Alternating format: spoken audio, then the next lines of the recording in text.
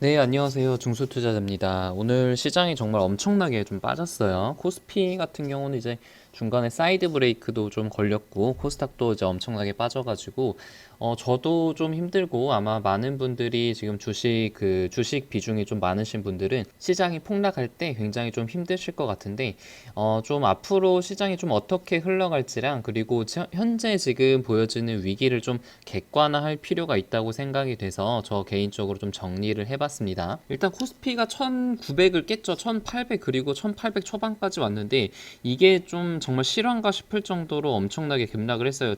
최소한 1900대까지는 좀 지켜줄 거라고 생각을 했는데 이것도 깨면서, 그리고 깬 것도 그냥 깬 게 아니라 정말 장대 음봉이 나오면서 이제 깬 모습이잖아요. 그래서 투자자들 입장에서는 굉장히 좀 공포심이 극대화되는 그런 시점인 것 같고, 코스닥도 마찬가지죠. 이제 전저점까지는 위협하지 깨지는 않았지만 그건 굉장히 그 전저점까지를 위협할 수 있는 그런 차트로 보이고, 다른 개별 종목들은 뭐 이것보다 전저점을 깬 종목들이 훨씬 많죠. 그래서 이제 모든 대부분의 종목들이 이제 엄청나게 많이 빠졌는데, 삼성전자는 그 와중에도 2%밖에 이제 빠지지 않았네요. 이제 장중에는 거의 5% 넘게 굉장히 공포스럽게 빠졌는데 거의 아래 꼬리를 달고 많이 올라온 모습이고, SK 하이닉스도 좀 비슷한 그런 모습이에요. 그래서 지금 코스닥 종목들이 이렇게 많이 하락한 것들이 당연히 어떤 지금 국내뿐만이 아니라 외국에서의 어떤 내수 위축 때문에, 소비의 위축 때문에 그런 우려감으로 많이 빠진 것도 있는데, 확실히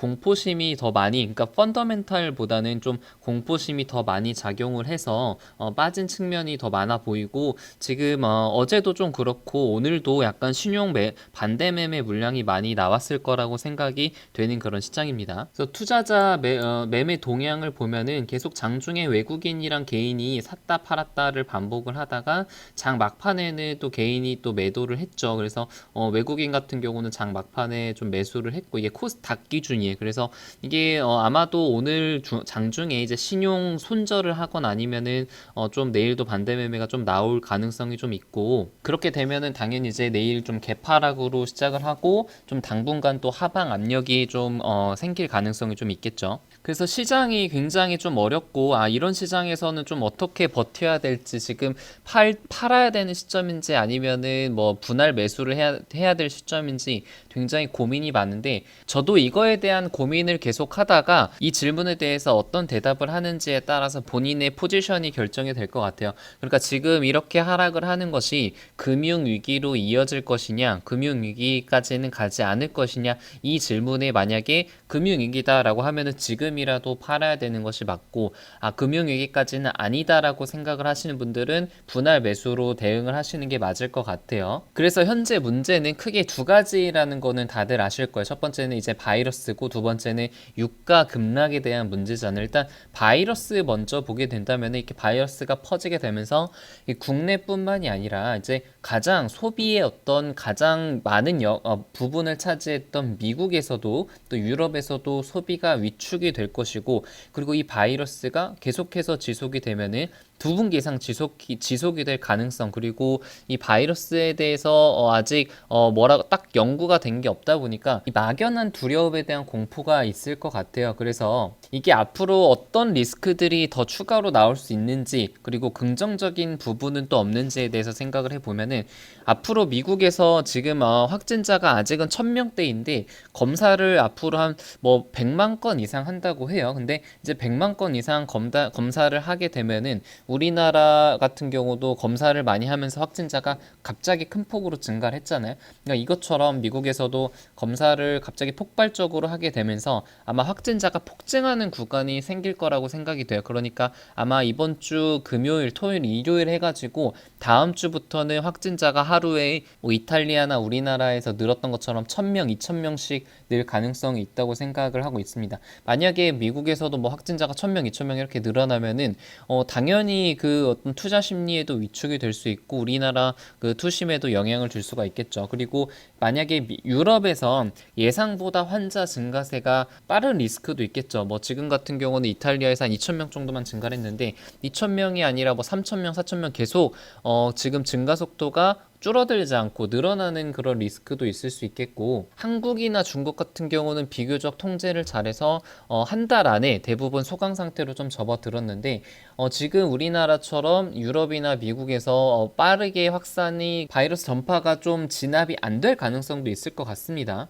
그리고 이제 긍정적인 건 당연히 이제 통제를 잘 하게 되면은 확진자 수가 확연히 감소되는 그런 구간이 앞으로 2주 안에 발생할 가능성도 있고, 실물 경기에 당연히 영향을 미치겠지만 어떤 기업들은 실물에 큰 영향을 받지 않는 기업들도 있을 것 같아요. 그리고 오히려 국가 주도적으로 대규모 투자를 많이 해서 그 와중에서 수혜를 받는 그런 기업도 나올 가능성이 있을 것 같습니다. 그래서 이거를 좀 종합을 해 보자면은 아마 다음 주까지는 시나리오가 미국에서 확진자 수가 증가를 하면서 미국 증시가 추가적으로 급락을 하고, 우리나라도 여기서 이제 급반등은 힘든 그런 어떤 그 하방 압력이 강한 시장이 좀 보이면서 추가적으로 하락을 하다가 다 다음 주 정도, 그러니까 한 3월 말 정도가 되면서부터는 조금씩 이제 반등의 그 모습을 보여주지 않을까 하는 것이 저의 개인적인 시나리오입니다. 그리고 또 유가 문제도 있죠. 유가가 이제 너무나 많이 떨어지게 되면서 미국에 있는 그런 셰일가스들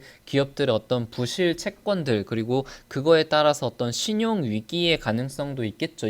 사실 이것 때문에 그 금융 위기 얘기가 자꾸 나오고 있는 것 같아요. 그래서 뭐 하이힐드 채권이라고 하죠. 이 하이힐드 채권의 금리가 아주 가파르게 상승을 하고 있는 것을 보면서 지금 금융위기에 거의 와 있다라고 얘기를 하시는 분도 있는 것 같습니다. 그래서 상당히 이 리스크를 계속 관찰을 해야 될 것 같고, 또 긍정적인 부분은 금리 인하 여력이 아직까지는 조금은 남은 상태잖아요. 그리고 정부에서 부양 정책을 피게 되면은 이 리스크를 어느 정도 좀 막아줄, 하방에서 좀 막아줄 그런 긍정적인 요소도 같이 상존을 하고 있는 것 같습니다. 그래서 이제 종합적으로 말씀을 드리면은 아직 위기의 불씨는 끝나지 않았다. 그리고 추가적으로 위기가 나올 수 있다. 그러니까 리스크가 더 아직 현실화되지 않은 리스크들이 나올 수 있다는 거죠. 그러니까 아직 주가의 바닥을 확신할 수 없는 단계이고, 그치만 제가 이제 말씀드린 것처럼 긍정적인 요소도 있기 때문에, 그리고 이제 지수가 하락을 하면은 뭐 모든 종목들이 다 떨어지죠. 반도체부터 해가지고 뭐 5G 종목도 다 떨어지는데,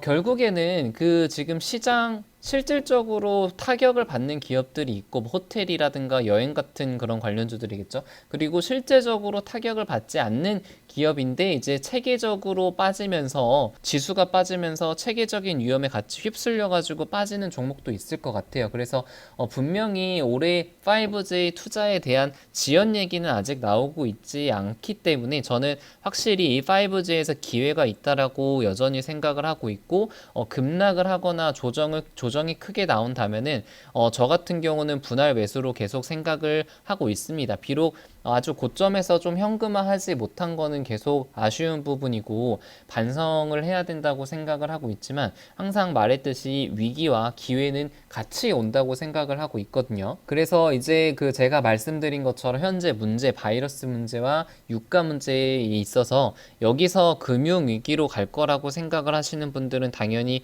현금화를 하는 것이 맞고, 금융 위기까지는 아니다라고 생각하시는 분들은 분할 매수가 맞다고 생각을 하고 있고, 이거에 대한 그 리스크 모니터링은 계속 조금은 해야 될 것 같습니다.